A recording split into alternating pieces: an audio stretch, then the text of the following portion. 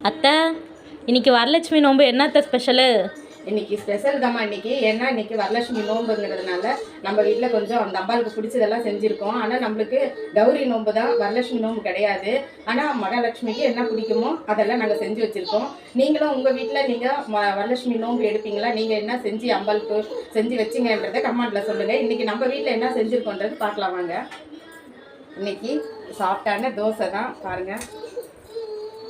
இது வந்து கருப்பு உளுந்தில் போட்டு நாங்கள் செஞ்சுருக்கோம். நல்லா சாஃப்டாக வருதுங்க.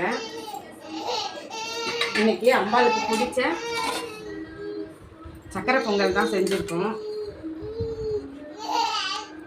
பாருங்கள், இன்னைக்கு தோசைக்கு தொட்டு சாப்பிட்றதுக்கு நல்லா சூப்பரான தக்காளி தொக்கு தான் ரெடி பண்ணியிருக்கோம். நல்லா சூப்பராக இருக்கும் அது. அப்புறம் தேங்காய் சட்னி,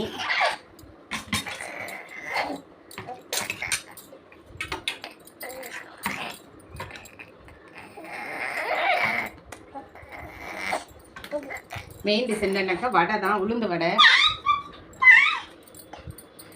எப்போவுமே நம்ம அம்பாளுக்கு பெருமாளுக்கெல்லாம் உளுந்து வடை செய்கிறது ரொம்ப விசேஷம். அதனால் நம்ம வீட்டில் இன்றைக்கி அம்பாளுக்கு ஸ்பெஷலாக நாங்கள் சக்கரை பொங்கலும் உளுந்து வடையும் தான் செஞ்சுருக்கோம். நம்ம வீட்டில் பூஜைலாம் முடிஞ்சுதுங்க. உங்கள் வீட்டில் பூஜை முடிஞ்சுதானே நீங்கள் கமெண்ட்டில் சொல்லுங்கள். வாங்க, டிஃபன் ரெடி ஆயிடுச்சு, வாங்க எல்லோரும் சாப்பிட்லாம்.